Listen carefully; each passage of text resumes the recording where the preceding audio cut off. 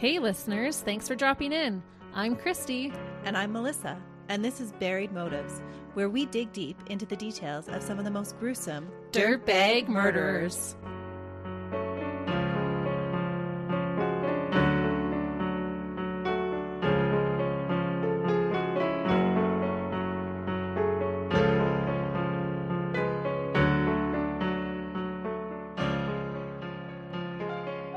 Hey listeners, Welcome back to Buried Motives. thank you for choosing to spend some time with us today. We are super appreciative, and we have another listener request for you.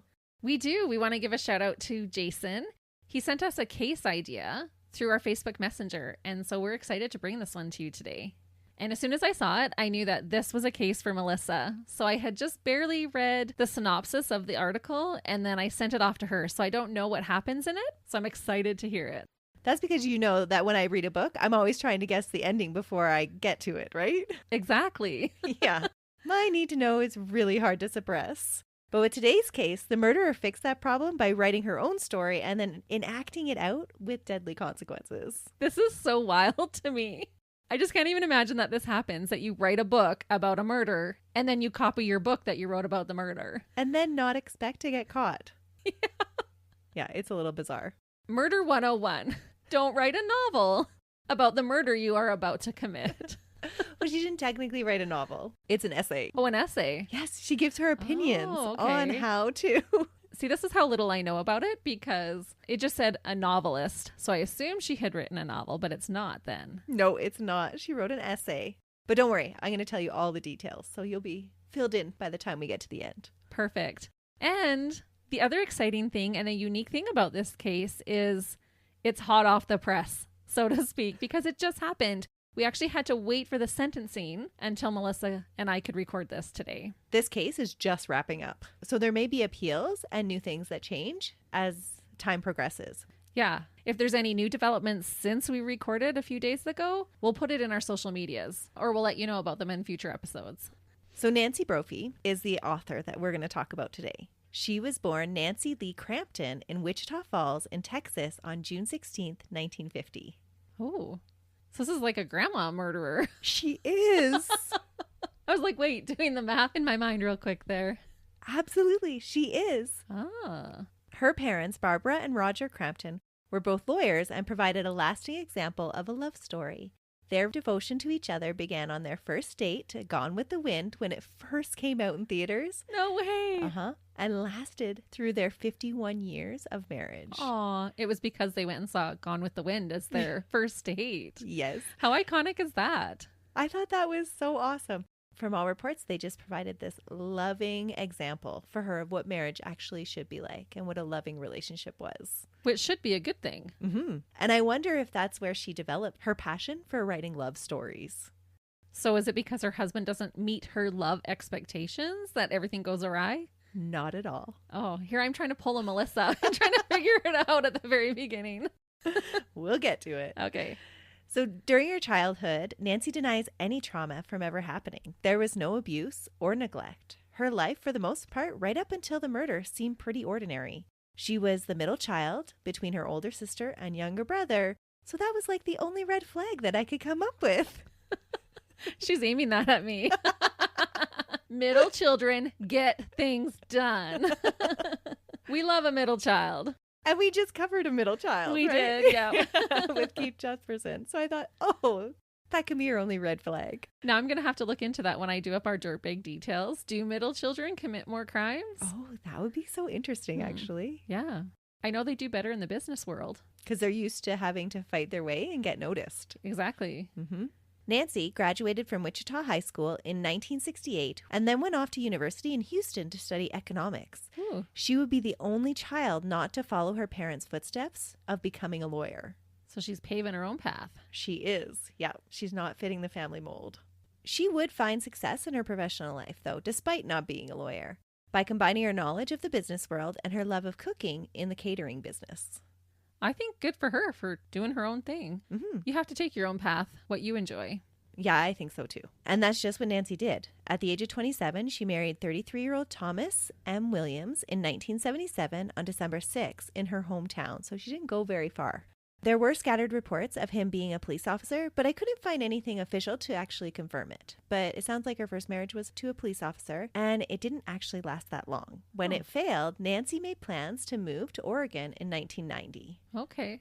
Once settled in Oregon, she became a student at the Western Culinary Institute, which would later become Le Cordon Bleu College of Culinary Arts. Ah. It was there, during her first day of classes, that she met Daniel Brophy, a new instructor at the institute. The two developed a friendship during their student-teacher exchanges, despite Daniel being married. I bet she got an A in that class. I don't want to make any speculations, but... What's that song? Hot for Teacher? I don't know if that's actually how it went down. But their friendship did continue through his divorce in 1994. And in 1999, the two had a very large wedding ceremony. Oh, so wasn't necessarily a scandal. No. Okay, good. They had just met when they were student and teacher. Okay. And they had shared a friendship. So it wasn't really like a Mrs. Robinson scenario. No, I'm not really sure it was like that at all. But the couple didn't actually get around to doing the paperwork for their marriage to make it official until June 14th, 2016. What? So 17 years later is when they actually filed the paperwork. So they had this great big wedding ceremony, but then actually filed the paperwork 17 years later. So then when are they technically married? The day that they got married or when the paperwork is filed? Well, when the paperwork is filed was their official wedding date. So they were shacked up for 17 years after their wedding. That's right. That's hilarious. Not really sure what went on there. If it was just like a big oops or... I thought I was bad at procrastinating. So after their wedding ceremony, so back in 1999, Daniel continued to teach at the Institute, and Nancy operated a very successful catering business in the Northwest Portland area called Chef de Jour Catering. In 1999, her taxes showed her business making about $500,000. Oh, that's fantastic. Mm-hmm. She was quite successful, and that's almost 10 times what Daniel was making teaching. So she was the breadwinner of the family. And this was 1999, so that would be worth even more than what it is today. Yeah, it's almost $900,000 today. Wow. In a year. That's incredible. So she was doing a good business. She had over 25 employees, and she was raking in the dough. That's a lot of crab cakes for $900,000 a year. It is. Good for her. I always feel, okay, now that I said like good for her, but knowing she becomes a murderer, it's like, can we encourage them in these early years? I don't know. I think she had a lot going for her. She did. And it's unfortunate the way she turned. Well, and I'm interested, just as you were in the Chris Benoit case last week, I'm interested how this all is going to go south. Yeah, because she has it all going for her. Yeah, good childhood. Mm-hmm. She's making the money. She's got a loving marriage. Well, unfortunately, though, Nancy's financial success would not continue long after their marriage. In 2001, when financial markets started to fail, so did her business, and she was forced to downsize. So it turned pretty quickly. But the setback wouldn't keep her from pursuing new dreams. She was a go-getter, and so she was just moving on to the next big thing that she wanted to pursue. She had always had an interest in writing and had even published a pamphlet in college entitled Between Your Navel and Your Knees that rose some eyebrows. Ooh la la. Yeah. Nancy is progressive for her time. Yeah. Well, she just had a knack about coming up with these titles that were eye-catching. Yeah, I'd say Between Your Navel and Your Knees. When people asked her what the pamphlet was about, she would kind of give her a little eyebrow raise and be like, well, what do you think? She was a character. Sounds like it. Yeah. In 2011, she renewed her passion and started a blog and began working on a series of romantic suspense novels. That's the best of both worlds, romance and suspense. She wrote stories that involved star-crossed lovers and the trials that would keep them apart. Nancy self-published her first novel called Hell on the Heart and would continue to release books until 2017. Even though she was pretty clever with her titles, overall she had pretty minimal success with her writing. Oh. Yeah, it was too bad, but her titles were very catchy. So did she kill her husband so that she would get a lot of publicity for the story that she wrote? That's actually one of my theories. Really? Yes, because now I want to go and read her books. How many of her details did she hide in her books? Yeah. But then you don't want to support her because she was a dirtbag and murdering her husband. That's right. And so that's particularly why I didn't purchase her books to read them. Yeah. Yeah. And it makes you wonder, how does an author decide on which themes and topics they want to write about anyways. And where does she get all of her juicy romance ideas from? Was she just that woman that had a really active imagination, or Dan was just a really big inspiration in bed? Well, I think she's got some juicy in her because of her pamphlet title that she had just published before. Yeah, she was just a cheeky woman, right? Uh-huh. But it does make you wonder, like, how does an author decide? It's whatever suits their fancy, right? I think a lot of that has to come from your imagination because there's no way that you've lived all of these different things that you write about. Well, in her case, hopefully not, because mostly she writes about murder. Yeah, maybe she's a serial killer. And this is just the first one we're finding out about. No, I don't think so. Oh, okay. But Nancy and Dan seem to have a pretty idealistic relationship if you listen to their friends and their families' reports. They both were pursuing careers that they enjoyed and spending time on hobbies that challenged them. For Dan, that was harvesting wild mushrooms and growing herbs, and he would sell them to his students. Now I know where she's getting her ideas from. He was not a drug dealer. It was the magic mushrooms. That is not how it sounds. He was a chef. Okay, but listening to you, you're like, I don't know where she gets all her ideas from. But her husband had this hobby where he grew mushrooms. I'm like, ding, ding, and ding, herbs. ding, ding. Yeah. I think I know where she got her ideas from. No, that was not how it was. I had to make that jump, though. Come on. As soon as I was telling you it, I was like, oh, this is how she's going to interpret that. No, that's not how I meant it. And be honest, listeners, were you thinking the exact same thing? Yeah, totally, probably. Yeah. But no, Dan was a chef, and so he enjoyed collecting mushrooms for his meals, and he would grow spices and herbs in his gardens to sell fresh things to his students to teach them. No different than us growing our gardens every year then. Yeah, that's right. And so that was his hobby. He really, really loved, that organic gardening, out in the wild stuff. And Nancy had her writing. So they were just jiving as a couple. There were no signs of domestic violence in the marriage, and most people noted that Dan and Nancy shared fondness and admiration for one another. They were affectionate towards each other, and they rarely quarreled, despite the opposite personalities that they were both described as having. So family members and Nancy would describe them as polar opposites. Dan was quiet and loved to be up early. He enjoyed working outdoors and raising chickens, and had this very dry sense of humor. In the kitchen, he was strict but fair with his students and inspired them to push themselves. Nancy was the chatty one, who preferred to lounge in bed and write all morning. While both she and Dan were trained and enjoyed cooking, he handled most of the meal prep in the house, and she handled the organization and the running of the house. So they had very distinct roles in their house. And it seems that they had very distinct areas as well. They kind of kept to themselves. Dan had a room downstairs, and Nancy had the master bedroom upstairs. The area that she considered hers was kept clean and orderly, and other areas that were considered Dan's domain, they were a little bit less tidy. Oh, so she would only clean her part and he would clean his. Yeah. That's interesting. So they almost live like these two separate lives in their home. Okay. Do they have children? Hopefully this isn't offensive, but to me it sounds like a house that doesn't have children. No, they don't. Otherwise, your kids are running amok and making all the areas of the house messy.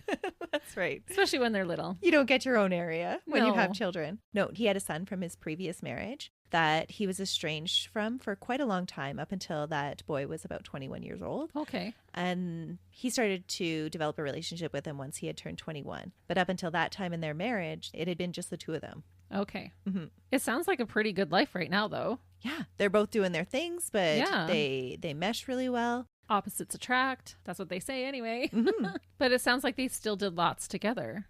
Yeah. Sounds great so far. And it wasn't official that he slept downstairs, but most people agreed that his room was downstairs and Nancy kept their master bedroom pretty much to herself upstairs. So they didn't always sleep together. So maybe it wasn't quite as hot and heavy as the romance that she was writing about in her books, but it was a nice, steady, dependable relationship. Right. But a lot of couples, especially as they get older, have separate rooms. Oh, absolutely. So that didn't raise a flag for me, to No. be honest. They lived in the same house their whole 26 years of marriage, or the whole 26 years that they were together. Right. And in this house, Dan could garden and raise chickens, and Nancy could write. So they had this kind of idealistic lifestyle. So what goes wrong? Well, it was idealistic from the outside. Ah. Nancy alluded to this in a post on her author's website. On the site, which was last updated in 2018, Nancy describes her life as living in the beautiful green and very wet Northwest, married to a chef whose mantra is, "Life is a science project." As a result, there are chickens and turkeys in my backyard, a fabulous vegetable garden which also grows tobacco for an insecticide, and a hot meal on the table every night. She ends her description with a caution for those that view her description as idealistic, saying, "For those of you who have longed for this, let me caution you. The old adage is true. Be careful what you wish for. When the gods are truly angry, they grant us our wishes." Ooh. Dun dun dun! That's ominous. Is that not so ominous? It really is. And I thought, oh my goodness, if my spouse wrote this on a website for the whole world to see, doesn't it sound like she's not happy with her life? Yeah. I'd be like, well, what the heck, honey? Exactly. I'd be like, what do you mean by that? I'm growing a special herb to put in your dinner tonight. Man, I would love a man to cook me dinner every night. Well, that's what I was thinking when you were reading that. I'm like, this does sound fantastic. And then she's like, if you're thinking this sounds great. And I'm like, oh, she's talking to me now. Yeah. But I think maybe what she was alluding to is that whatever people were seeing from the outside, the couple's lives were not without their struggles. And maybe with her being this writer, maybe she was thinking that in real life you can have this idyllic perfection, which any of us who have been in a relationship or are in a relationship with anybody, you know that is not true. All our marriages and relationships have struggles and you have to work at it. It's not sunshine and rainbows all of the time. That's right. Real life, just like in the books, you always have some conflict. Right. But if she's writing all day long every day, that's where her brain is being focused on, is this perfect romance novel. Mm-hmm. At this point in their relationship, Dan and Nancy seem to have been developing very different views on how they wanted to spend their retirement. Dan was content to keep things just as they were, but Nancy was craving something more than the simple life that they were living. Dan conceded that their current home probably wasn't the best setup because Nancy had trouble with her knees and there were quite a few stairs in their home. So he conceded that yes, they were probably going to need a new home, but they couldn't decide between the two of them where or which type of home they wanted to go into next. He felt our new ranch house was the solution. He wanted to continue gardening and doing all of the things he enjoyed. And Nancy wanted something completely different. She wanted to travel and explore and possibly settle down in Portugal. Oh, wow. She was wanting some adventure. Yeah. She didn't want the lifestyle that he wanted at all anymore. Which happens sometimes with couples. Mm-hmm. Yeah. Unfortunately, both their dreams were a little bit bigger than their pocketbooks, though. That's the story of my life. All my dreams are bigger than my pocketbook. For Dan and Nancy, between 2014 and 2017, the couple fell in some bad luck. It seemed to have started when a few of Dan's side business adventures ended, along with the previous cash flow that they had provided for them. They began the process of readying to sell their home after finding out that subdividing their land would not be as beneficial as they first thought. So they thought they could bring in extra money by just subdividing their land, but it wasn't going to work that way. And so they figured that they would actually have to sell their home. But to sell their home, it needed some improvements. And so they had to sink money into their home to get it ready to sell. They hired a landscaper to take care of some of the landscaping that needed to be done so that the property's curb appeal could improve. I'm surprised Dan wouldn't have done that. Sounds like he has a green thumb. Yeah, I think it was just too overwhelming. It sounded like their property was a little bit more run down than he could handle. Okay, that makes sense. Yeah. During this period of time, the couple also faced numerous medical and vet bills in quick succession, which left them with a considerable amount of credit card debt as well. They had also borrowed $50,000 from Dan's dad for Nancy to open up a sandwich shop, and they had been unable to pay more than 25% of that back. Oh. And Nancy had financed the publishing of several of her books that were not selling as she had hoped. So instead of having a publisher publish them, she had fronted the money to have them published herself. Their mortgage was in arrears, and things were getting a little bit desperate. Yeah, that's making me panic just hearing about it. Debt kills you. Mm-hmm. That is such a strain. It is on any relationship, whether it's a good relationship or a bad relationship. And it's just an ongoing stress. Like when you're in debt, that is weighing on your shoulders all the time. There's no reprieve from it ever. Mm-hmm. And unfortunately, the things that they felt that they needed to do, like sell their house to get out of debt, were having them incur more debt to do it. Oh. And then you're just hoping that you'll make enough money off of the sale of your house to pay off those debts. Yeah. As a solution, in September 2017, they took out 50% of Dan's 401k, about $35,000, and got a $5,000 loan against a life insurance policy to help pay off some of their debt, just to relieve some of the strain. Yeah, because those interest payments will kill you alone. Mm-hmm. And this, for a time, would relieve some of the financial strain. But their lifestyle and pattern of overspending caught up with them again. Remember, they went from making awesome money with her catering business, and they had developed a lifestyle that they were used to, and they never adjusted their budget after that happened. And so they just continually began to fall in debt again. And they began again to default on their $1,530 mortgage payments. Yikes. Both Dan and Nancy picked up side jobs to supplement their income, and Nancy's side job was selling insurance and Medicare policies for commission during this time period. Of course it was. Just when life looked like it couldn't get much worse for Nancy and Dan, their romance turned to a tragedy. On the morning of June 2nd, 2018, at 9:54, a friend called Nancy to say that there was an incident going on at the Oregon Culinary Institute, where Dan was at work for the day. Nancy tried calling his cell, but no one answered. She called him again and texted him, but still no answer. Nancy's first reaction was to stay away and let the police do their job. She told her friend that Dan would tell her later about what had happened. She spoke to her mother-in-law shortly after that about the incident that was going on, and she was encouraged by her mother-in-law to go down to the school and see what was going on. She would arrive at the school at 10:28. It was there at the school that Nancy was informed by a police officer at 10:47 that Dan had been shot in his classroom that morning and had been declared dead. What? He had been shot twice. The first shot from behind had passed through the spine into the heart and left lung, probably paralyzing him. Oh my goodness. The second shot entered the front of his chest from close range and went directly into his heart as well. So one from the back and one from the front? Mm-hmm. So there was two shooters. When he was shot in the back, he fell onto his back, and then the shooter came and stood over him and shot him in the chest. Just like in the movies, kick them over by their shoulder so you can look in their eyes when you kill them. Yep. Ooh, that's cold. So cold. When his students found him shortly after, he was pale. They attempted CPR, but it wouldn't revive their beloved chef.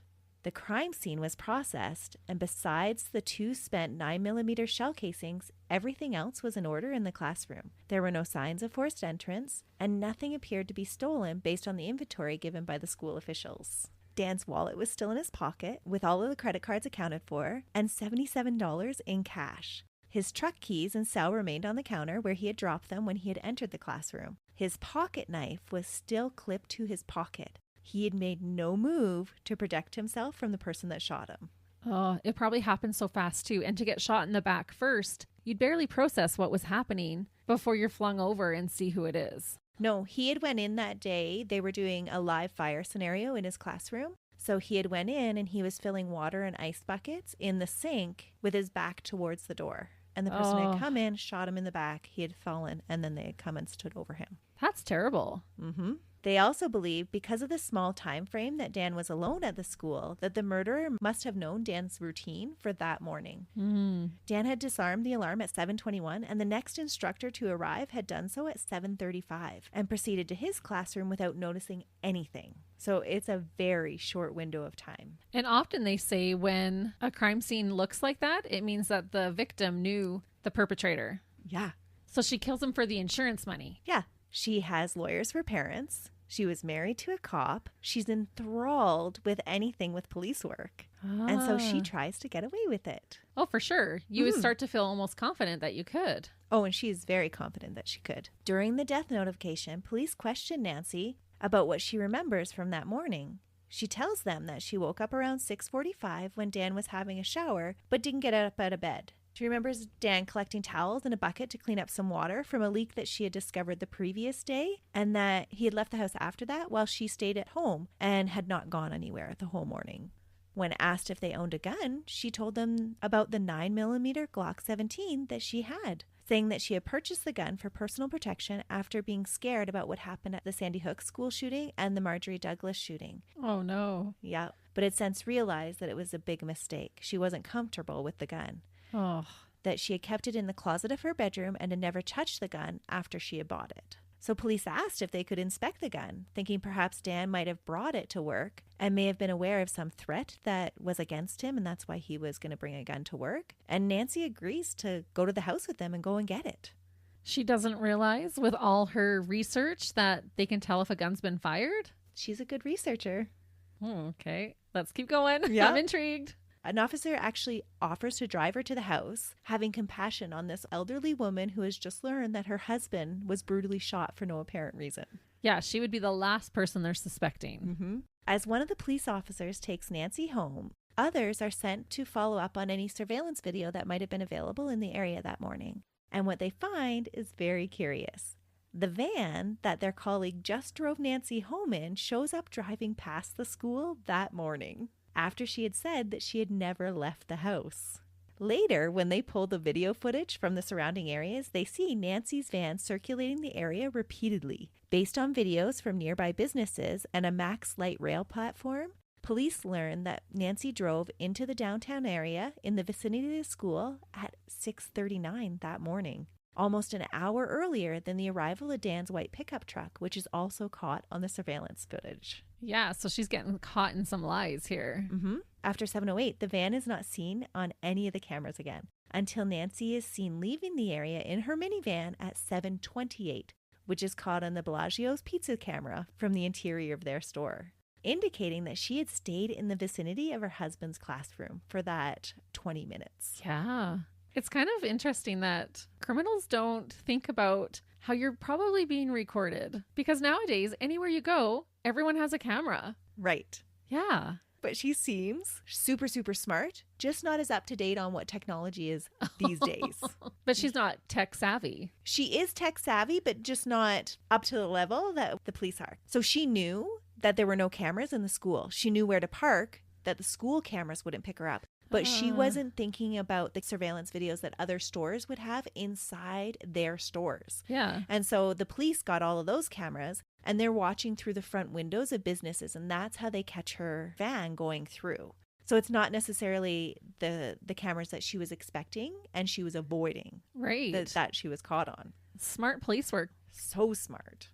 So the police put in a call to the officer that's with Nancy, and they ask them to send photos of the van to confirm that it's the same one. And because of a large mark down the side of the van, they're able to confirm that, yeah, this is the same vehicle.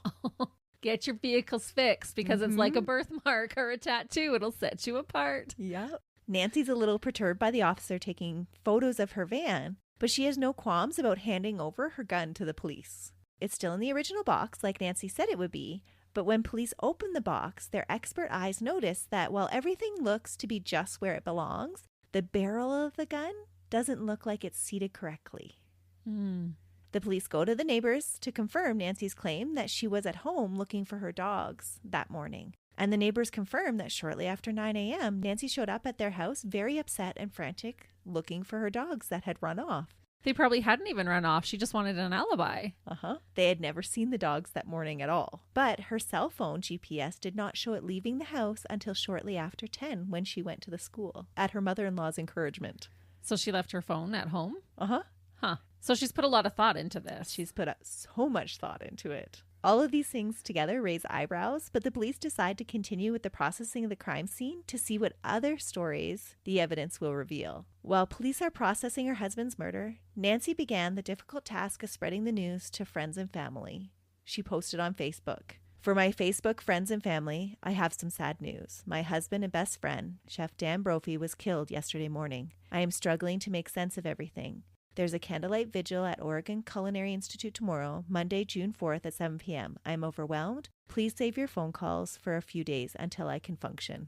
Wow.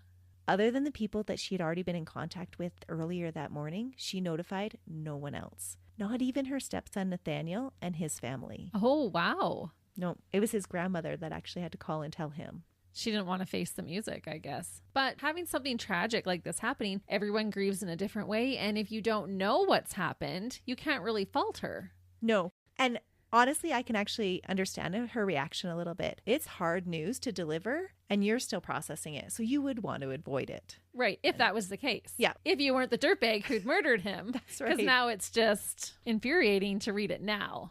Because how sad are you actually? No, you're probably freaking out and trying to stay low. You don't want anybody to notice that you're acting off. Right. And so until she can calm herself down and start to act normal again, she's going to keep everybody away. And it's the perfect ruse. It is. Because no one's going to question that. No. A grieving wife wanting time alone to process things, no one's going to question and get things in order, figure out. Well, I'm sure she already has her next steps already planned. Well, I think this is where it kind of falls a little bit apart for her, because over the following days, her behavior continues to raise even more eyebrows, especially those of the police officers investigating the case. She appears very collected in public to the police officers. Friends, too, notice that she's not really that upset, but they actually just chalk it up to Nancy being Nancy. She's always been that kind of stiff upper lip person and very seldomly ever expressed emotion in public. But on June 4th, a workers' compensation claim was submitted because Dan's death had occurred at his job site.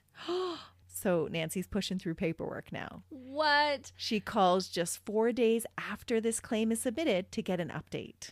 I would not have even thought about workers' comp. Like, you think of life insurance, but she's like, oh, I'm going to kill 2 birds with 1 stone. I'll murder him while he's at work. Then I get life insurance and workers' comp? Well, remember, she was selling insurance and that's Medicare. Right. And this workers' compensation claim is hundreds of thousands of dollars. I never even thought about, like, getting murdered at work, that being a claim. Like, injury causing death at work, sure, but I never even thought about murder at work. Crazy, right? That is insane. She had covered all of her bases. What a sly little fox she is. On June 6th, Nancy asked detectives for a letter for the insurance company that would state that she isn't a suspect so that they will pay out the policy. Oh, that's fishy. Now alarm bells are really ringing for the cops, and they start to investigate Nancy for the murder of her husband. Yeah. Now, as we cover this next part, remember how we always joke about what it would be like for somebody to look at our browser histories? Yes. For Nancy, that would really be the start of her downfall. But she can kind of explain it away a little bit because she writes these murder novels. That's the explanation she gives. For everything that they find that's suspicious in her browser history, she just says, well, I was researching it for my novel. So we can't use that as an excuse. It didn't work for her anyway. Oh, we would be in trouble. Yes. Oh. Which of our listeners would post bail for us? If everyone chipped in.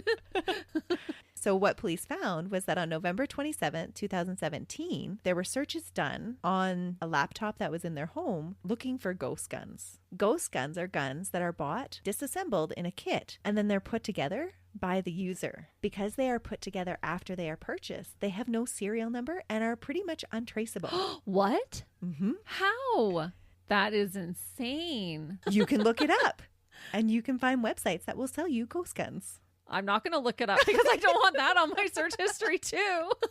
Wow, that's wild. Mm-hmm. And a similar search was done again on December 19th. And on December 24th, during the hours that Dan was still at work and no one else was at their home yet, another ghost gun website is visited and a semi-automatic 9mm Glock 19 kit was purchased. It's kind of a loophole where they're not selling you the gun, they're selling you gun parts. That's right. And that's how that works. Mm-hmm. Okay. This gun kit was delivered in early January, and police found it in the couple's storage unit. It had never been assembled, and it's not a big surprise because apparently they're super hard to put together. Like, you need some actual knowledge of guns to put them together. It's not like an IKEA dresser. Nope.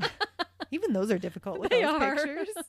But she had purchased this gun kit, and then police assumed that she wasn't able to actually put it together. But she did not tell police about it. They found it on their own in her storage unit. Oh, okay. The only gun that she told the police about and that she was super willing to hand over to them was the 9mm Glock 17 that she kept in her bedroom. Okay. Because this was just a laptop that was in their home, they couldn't really confirm who had been doing the searches. But on this one, they could confirm that nobody else was in the home except for Nancy. And this is when this search occurred. So that they were able to confirm that, yes, it was Nancy doing the searches. Right. In mid-January, Nancy began researching the firing mechanisms of guns. And on February 15th, 2018, she researched a Portland gun show and attended it 2 days later. There, she purchased a completed Glock 17 9mm for $500 from J&B Firearm Sales and received directions to a public gun range. This is the gun that she showed police. Police interviewed the gun salesman and asked what condition guns are sold in. And he confirms that the gun would have never been sold in an unseated position because it wouldn't have been usable that way. Oh. And so that's not how he would have given her the gun. Right. So right there, they've caught her in that she said she never touched it. And now they know that there has been somebody that's manipulated this gun. 2 days later, she's researching Glock 17 slide and barrels and purchased one on eBay on February 23rd. It arrived February 28th in Dan's name. But police were uncertain of who actually picked up the barrel. Huh. So she hid it under her husband's name, saying, oh, that was a part that Dan ordered. I had nothing to do with that. But it was on her eBay account. That's wild. But that's not weird that you would order something from each other's accounts, right? And it is unusual that she's choosing a gun. Most women will use a less violent way to murder. Wait till you hear her essay. Oh, no.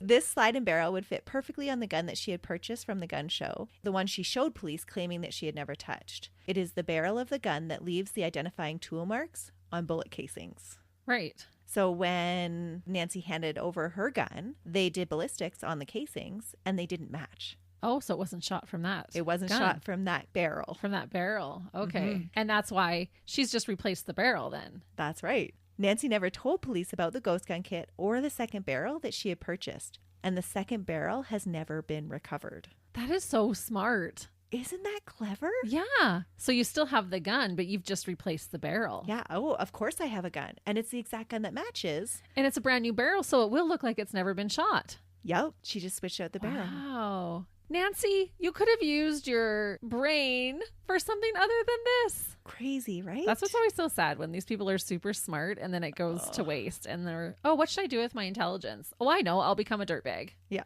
On March 17th, her browser history shows that she searched up how to clean a Glock 17 gun. And this search would evolve over the next few weeks on how to assemble, disassemble, and clean a Glock 17. So she was becoming very familiar with how to take apart and put it back together and to clean it after. Well, she was probably so confident that she wasn't going to get caught that she didn't even worry about her browser histories. She did delete her eBay account after the purchase. Oh, okay. So she was trying to hide her trail that way. But that's a third party thing, right? Yeah. Yeah. So Nancy was really mindful of the day of the murder to make sure she left her cell phone at home so that it wouldn't be tracked. But she didn't necessarily think about prior to the murder. Police would use Nancy's cell phone to track her whereabouts and find out that on March 26, after doing a YouTube search on how to shoot a 9mm, she headed out to an area that coincides with the North Fork Wolf Creek Public Range. At this shooting range, there is no check-in at the range, and her movements can only be confirmed by her cell phone GPS. After determining that it was safe during her first short visit there, she returned the next day and stayed for an extended period of time. Both times, Dan was at work for both of these trips. So she can't say, oh, he had my phone. That's right. And that's kind of surprising that there's no check-in at the gun range. Well, apparently it was just this one that you parked your car in the parking lot and then you walk straight onto the range. And so there's no check-in. And she had went to scope it out the day before to make sure that nobody would be able to spot her while she was there. Yeah. Mm-hmm. When questioned, Nancy would say that the research, gun kit, and gun parts were all just really in-depth research for the next novel that would feature a strong female heroine that had to assemble a gun. Which you could believe with her being a writer. Yeah.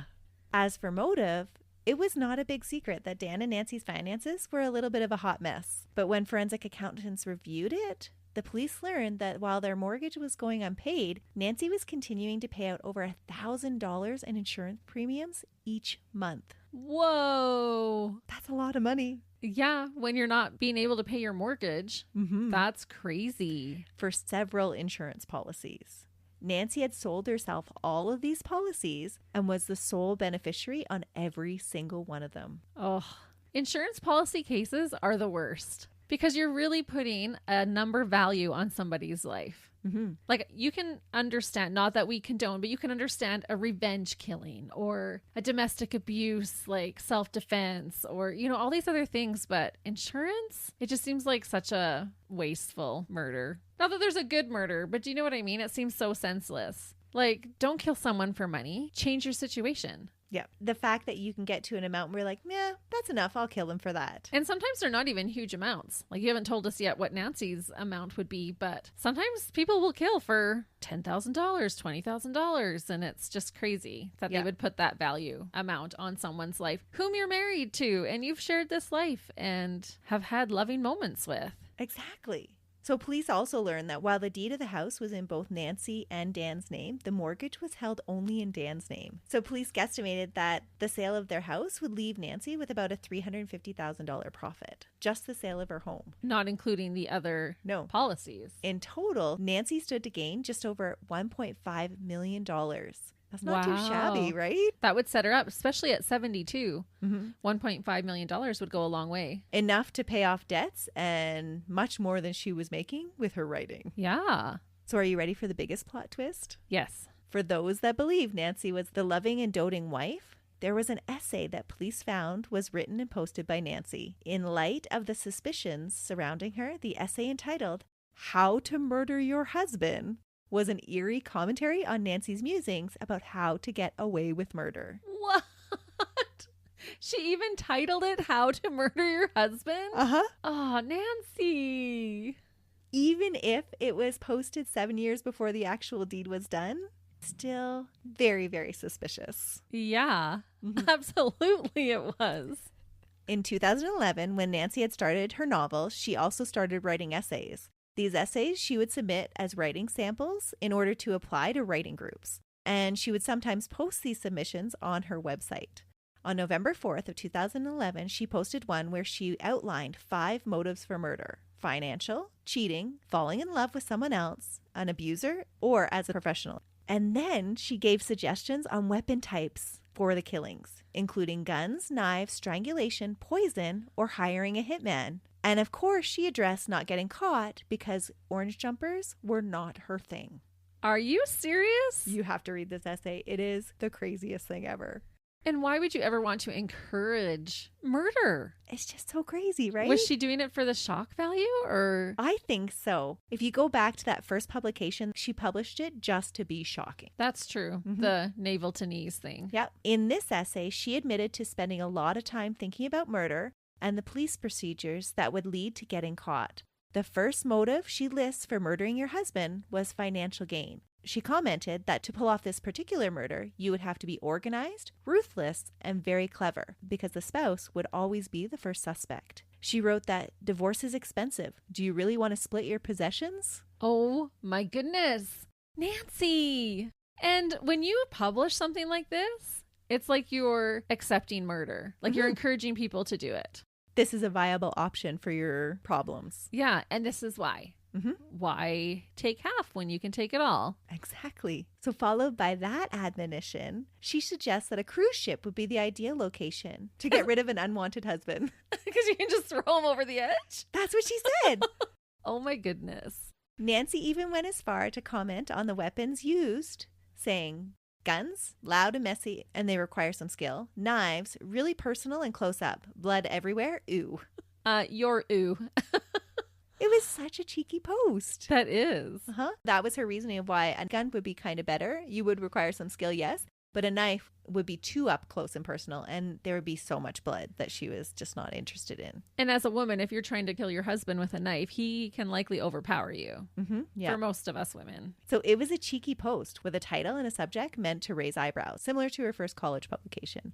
Her books would also feature catchy titles like The Wrong Lover, The Wrong Husband, and Girl Most Likely To. Wow. She's been stewing on this for a long time, it sounds like. Those are all super leading titles in hindsight. Oh, absolutely. It's just so mind-boggling that she's writing about all of this stuff and that she's going to do it. The police would also find an article, How to Cover Up a Murder, on Nancy and Dan's shared iTunes account. And so because it was shared, they couldn't say that it was necessarily her that had it there. But you bet your bottom dollar that it was her. It wasn't Dan. No. No. She was just really good at researching her subject matter, I guess. And it's so eerie looking back too, being able to hear about all these searches leading up to it. And poor Dan's just living his best life. He wants to buy a ranch with her and talking about all these retirement things. And she's sitting at her computer and he's thinking she's just doing her writing. But no, she's researching ways to kill him. Yep. Perhaps if she had spent more time actually on her real writing, her books would have been better liked. And she could have made more money with them. Touche. So while police had no hard evidence to connect her to the crime, there was just way too much circumstantial evidence to ignore. On September 5th, 2018, just 3 months after Dan's death, police arrested Nancy and charged her with second-degree murder. When they put the cuffs on her, she stated matter-of-factly, I guess you think I murdered my husband. No duh, they're putting cuffs on you. Yeah. You think, honey? Nancy was held at Multnomah County Jail, and her arrest came as a shock to all of Dan's family. In the months since his death, she had maintained her relationships with all of them and hadn't distanced herself at all after the funeral. She would call and text Dan's parents and even had visited them on a weekly basis.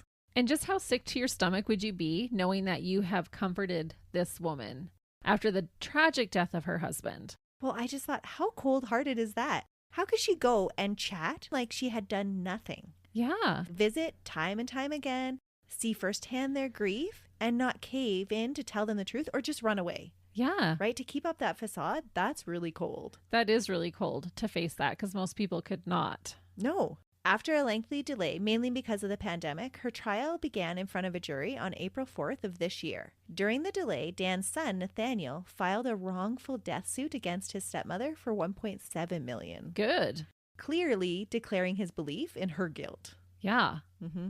And this is so recent. So this is of this year, like just a couple months ago. Yeah. At trial, the judge did not allow Nancy's previous essay to be admitted as evidence. What? No, he said that any minimal probative value of the article written that long ago is substantially outweighed by the danger of an unfair prejudice and confusion of the issues. So he wouldn't allow the jury to hear it. Nancy continued to try and spin a tale, claiming that she had never told police about being at the school the morning of the shooting because she had suffered from shock-induced retrograde amnesia that erased her memories the morning that her true love died. Are you kidding me? Is she a romance novel writer or a soap opera writer? Exactly. Right? That's a pretty good stretch, but you could see how she would use that. Mm-hmm. The jury didn't believe the author's story about amnesia, nor did they buy her explanation that she had purchased an unregistered ghost gun kit and an alternative barrel for her 9mm pistol as a prop for inspiration for her next novel. They didn't believe her story about the only gun piece that police believed would tie her to the crime had been mistakenly lost in a move and not purposely destroyed. Oh, absolutely. When you and I are researching these cases, we are not ordering all of these weapons so that we can talk about it better. No, we're just wrestling with them. Yeah, well, you are wrestling. Well, those are your own weapons already, but we just do a little research and that's it. Yeah. Right? We're not having to order in all of these different things. No, but she researched very thoroughly for her novels. Nancy's lawyer did present an alternative story that Daniel had been the victim of a robbery gone wrong by a homeless stranger, and that Nancy was too smart and too much of a planner to have left such an obvious trail that led to her. Nancy tried to explain away the prosecution's outline motive by saying that the couple's plan to sell their home would have taken care of any of their debts and that the insurance policies were investment-type policies that would pay an expected dividend if they were not cashed out. And the payouts were equal to the premiums that they would have eventually paid. And so really these insurance policies she had set up as investment opportunities. Okay. And you can do that. Yeah, for sure. Yeah.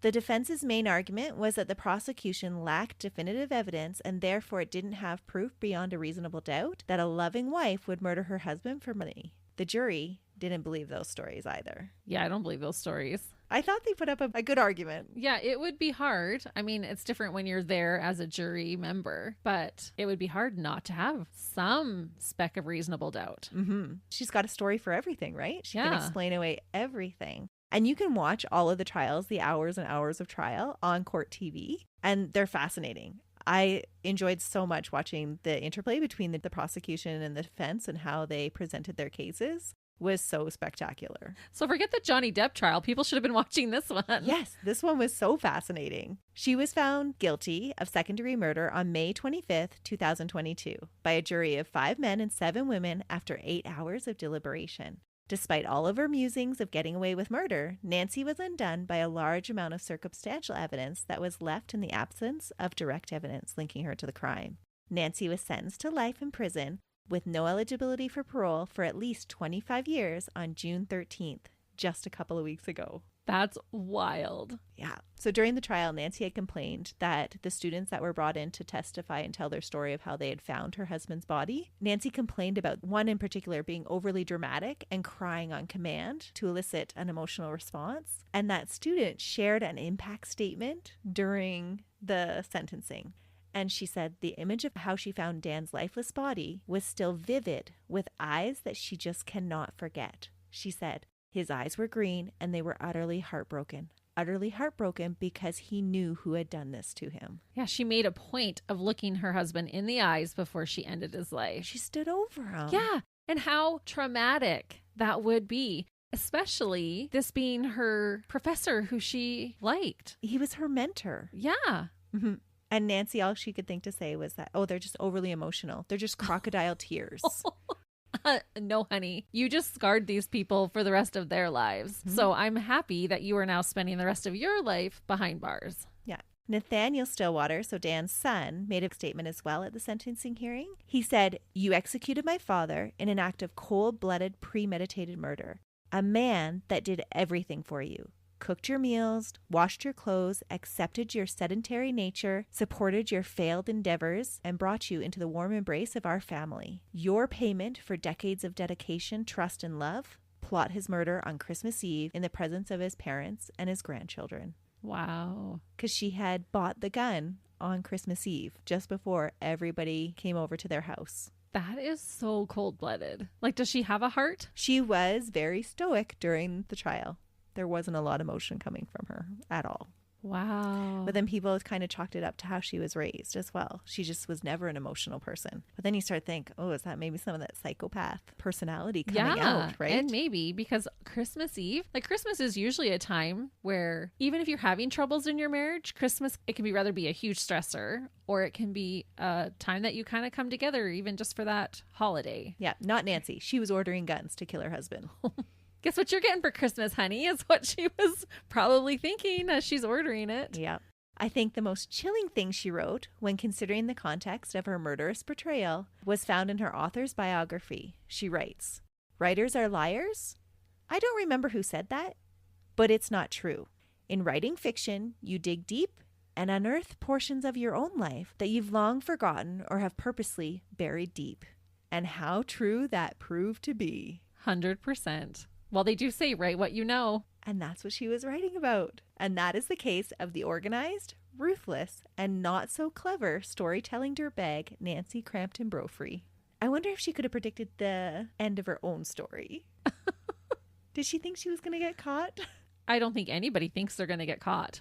No. When they commit a murder, or else you probably wouldn't. Especially she will likely, being 72 right now, being sentenced. The likelihood of her getting out is almost none. Yeah. And prison life is hard on a person and usually lowers your life expectancy. It was shocking, actually, to see the change from her first trial appearances to her one on the 13th. Yeah, after spending 4 years in prison already. Yeah. How much she's already failed.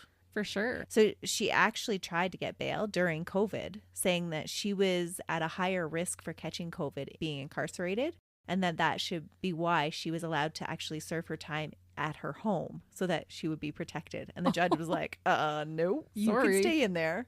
Yeah. If you die from COVID, that's one less meal we have to pay for every day. Yeah. No. Not to sound heartless, but sorry. Oh, she was so cold-hearted. Yeah. Yeah. And do you think her actual motive was to increase her book sales? No, I think money was her motive. Yeah. But I think it probably did cross her mind because it seemed like she was crossing all her T's and dotting all her I's. And I feel like she must have thought about that. Well, I just find it so interesting that there's so many like little details in her books that actually she did in real life. That is interesting. Mm-hmm. Yeah, well, she says right there, you write what you know, or that it's part of your life, what you're writing. Yeah. And what she was envisioning and thinking about. And her essay where she said, "I've spent a lot of time thinking about murder and the police procedures and how to get away with it." Yeah, interesting. And she probably learned a lot from her first husband, being a police officer. Yeah, it makes you curious. So like I said, I couldn't confirm officially that he was a police officer, but if he was, that would just give her even more insight. Yeah. To how those procedures would run. And more confidence that she wouldn't get caught. Mm-hmm. She was pretty clever with changing out the barrel of the gun and leaving her cell phone at home. And it sounds like they didn't find any super hard evidence. There was none. She wore gloves. There was no fingerprints left. There was nothing. She worked in that super, super tiny time frame that she had to be in and out. She knew certain spots of where not to park around the school so her van wouldn't be seen. And she knew to run back and establish an alibi with her neighbors as soon as she could get back. Yeah. Well, this is the tale of the woman who almost got away with murder. Yep. That's what she should retitle her essay. How to almost get away with murder.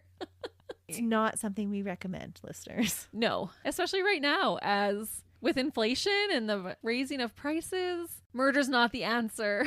No. We can figure something else out. It doesn't work out.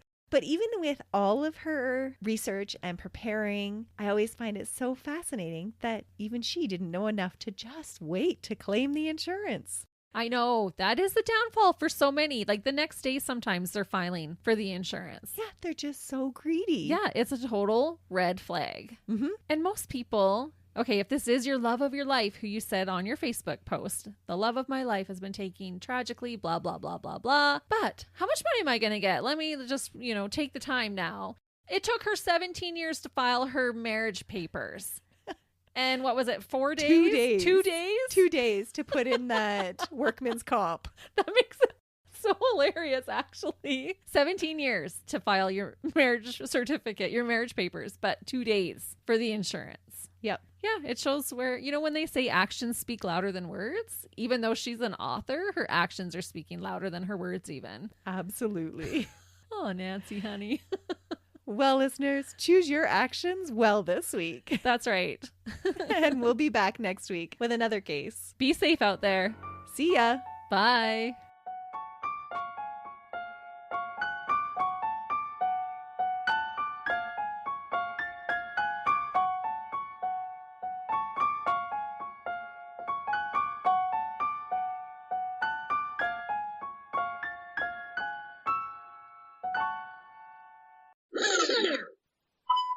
Hey, listeners.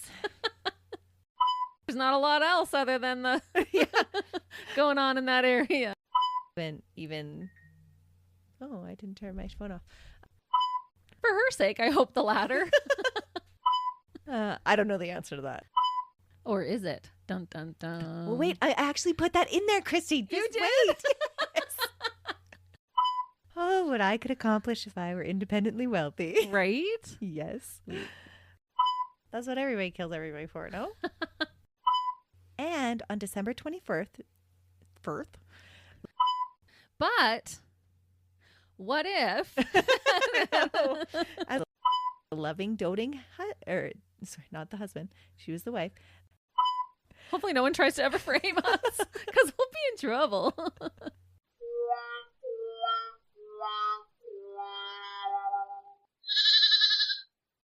Another Sound Off Media Company podcast.